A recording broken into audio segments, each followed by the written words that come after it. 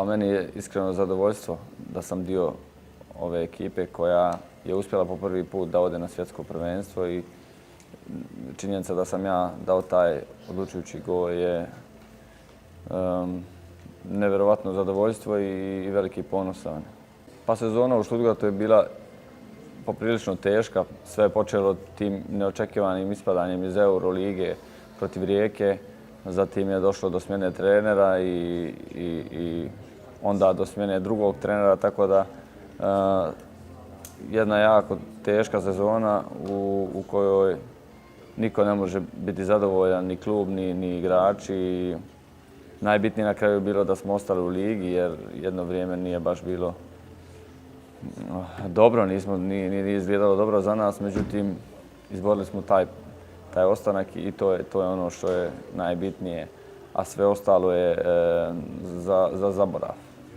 Pa pripreme su protekle dobro, odradili smo poprilično dosta treninga, intenzivnih treninga i mislim da je došlo pravo vrijeme da napravimo malu promjenu, što ćemo evo dobiti odlaskom u Ameriku, a tamo imamo dvije interesantne i jake utakmice za pripreme pred ove utakmice što nas očekuju na svjetskom prvenstvu.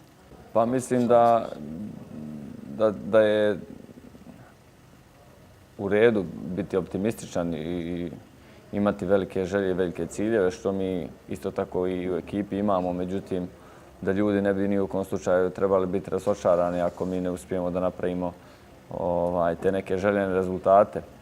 Mi imamo realnu šansu da prođemo u drugi krug, ali mislim da će isto tako biti poprilično teško jer sve ostale reprezentacije u našoj grupi žele istu stvar i sigurno da neće biti jednostavno.